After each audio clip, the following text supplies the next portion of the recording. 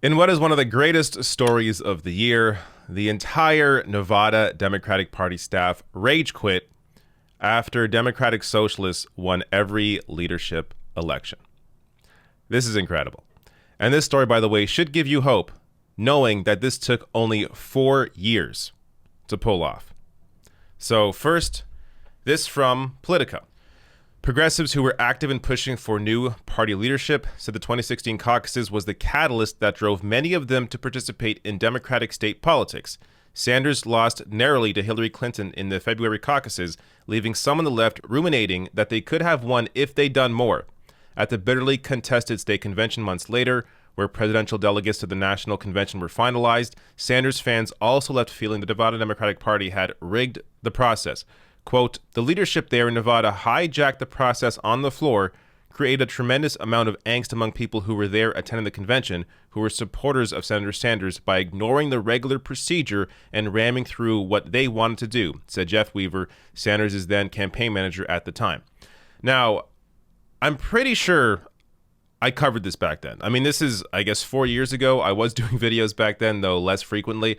But I do remember this happening. So this involved a chair throwing incident, if you remember that, or a reported chair throwing incident that didn't actually happen. But anyways, that may ring some bells for some people. But this is what lit the match, what set off this involvement over the next 4 years, and has now led to the left caucus and the DSA essentially taking over the Nevada Democratic Party. More here from The Intercept.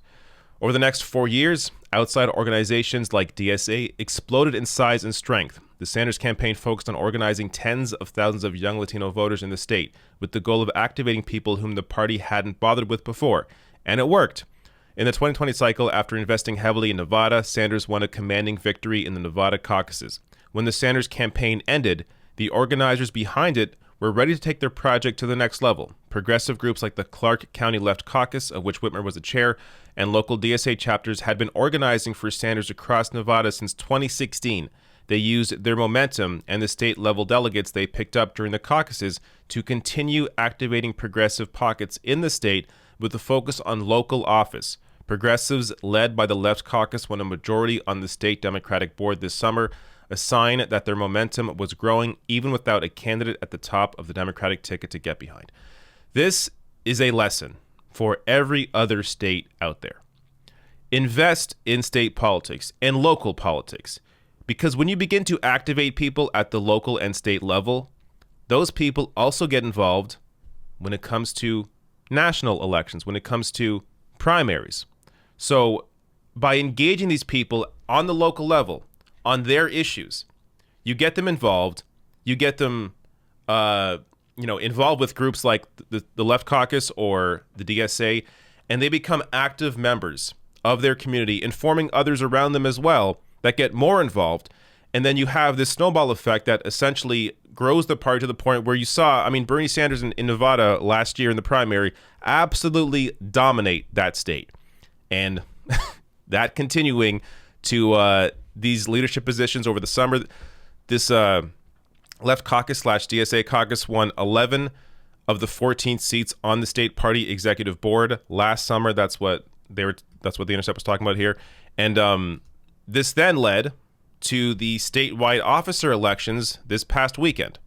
So as The Intercept writes here, on March 6th, a coalition of progressive candidates backed by the local chapter of the Democratic Socialists of America took over the leadership of the Nevada Democratic Party, sweeping all 5 party leadership positions in a contested election that evening. Whitmer, who had been the chair of the Clark County Democratic Party, was elected chair.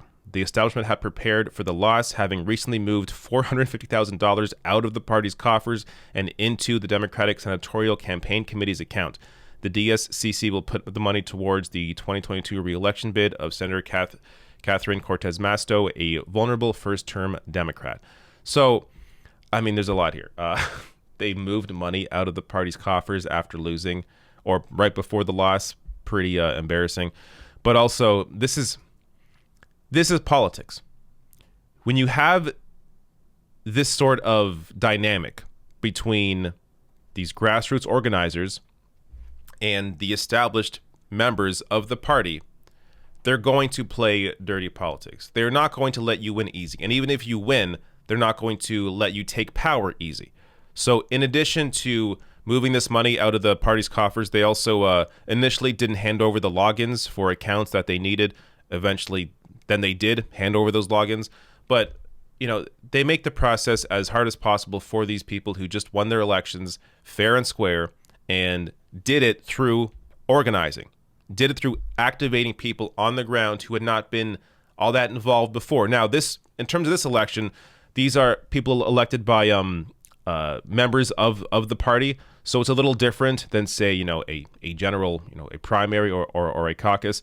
But still, you have here people who use their organizing efforts, use their what their actual platform was, what they were fighting for, to get people on their side and to recognize that even though the Democratic Party in Nevada had been successful under Harry Reid, that they could do a lot more to serve the working class in the state. And that's exactly what these members accomplished. So these DSA-backed candidates won the chair, the vice chair, the second vice chair, the secretary, and treasurer, all 5 leadership positions in the Nevada Democratic Party. Now, one more thing here that I find really interesting. So you essentially had these two groups, right? You have the left flank, which they name themselves the Nevada Dems Progressive Slate. So that's the left caucus and the DSA-backed candidates. And then you had the establishment candidates, the existing leadership, which is the Progressive Unity Slate. So you have the Nevada Dems Progressive Slate and the Progressive Unity Slate. Little indication here, or a little note on this. Whenever you see the word unity, what that means are the people already in power, the established power, saying, hey, let's unite by getting behind me. So their idea of unity is them staying in power. That's what unity means. You saw that a lot during Joe Biden and his run in the primary as well. All about unity. Unity simply means, hey, we already have power of the party. Unite behind us who already have power, even though we have failed again and again and again and again. Now, again, in the case of the Nevada Democratic Party, they had been successful. But that doesn't mean that people are just going to rest and accept what they already have when they have better options. So I think that's what you saw here in these races. Now, when it comes to the staffers who quit, why? Why did they quit? Well, here's a little window into their thinking. So a former Nevada Democratic Party staffer who requested anonymity to speak freely told The Intercept they quit out of a belief that Whitmer hadn't built relationships across the party as Clark County chair and was at times unfairly critical of the state Democratic Party. Quote, I knew I couldn't work with her and watch her destroy the years of hard work so many operatives put into making our state party the best state party in the country.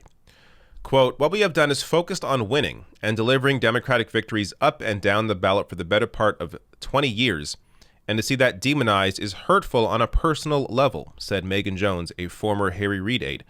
Quote, but on a professional level, it's short-sighted because I don't think they know what they're doing. And honestly, I don't know if they want to know what they're doing, because these folks have been plotting against the state party and what they perceive as this power structure for the better part of 4 years. So you see here a couple of quotes from individuals who feel a little hurt after these losses, but it shows you the fact that they quit. It shows you who the real unity candidates were. It's amazing to have these slated candidates, these establishment candidates, run on this progressive unity ticket, but then quit when they lose. If you're going to quit when you lose, then you were never really about unity.